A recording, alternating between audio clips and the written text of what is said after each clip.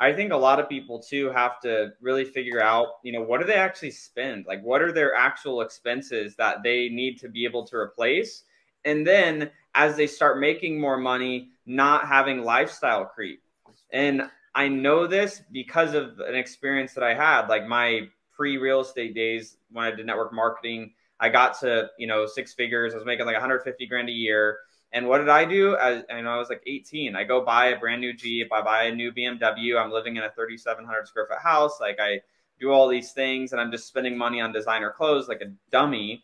And as my income would go up, I would just raise my expenses right to that. Right. And so then that company goes away, and then all of my money and everything that I own goes away, and I move back to my parents. And I'm like, wow, like that was a painful experience. I never want to experience that ever again for the rest of my life. And so I continuously try to encourage people to figure out, one is like, what are your actual like personal monthly living expenses?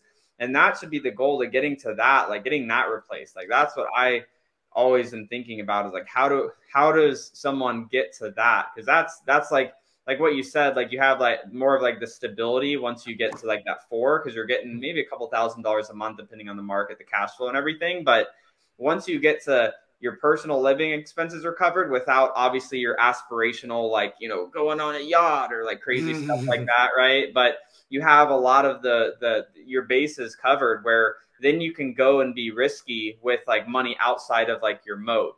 Like I had one of my mentors early on, Pace knows him, Frank Kelly.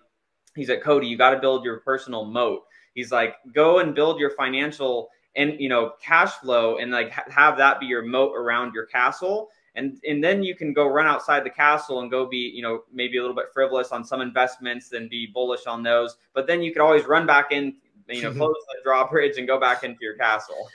Yeah, I think that is advice number 1 for everybody I talk about. I actually ask the question, how much do you spend every month? What's your financial nut? It depends on whether I want to use slang or not.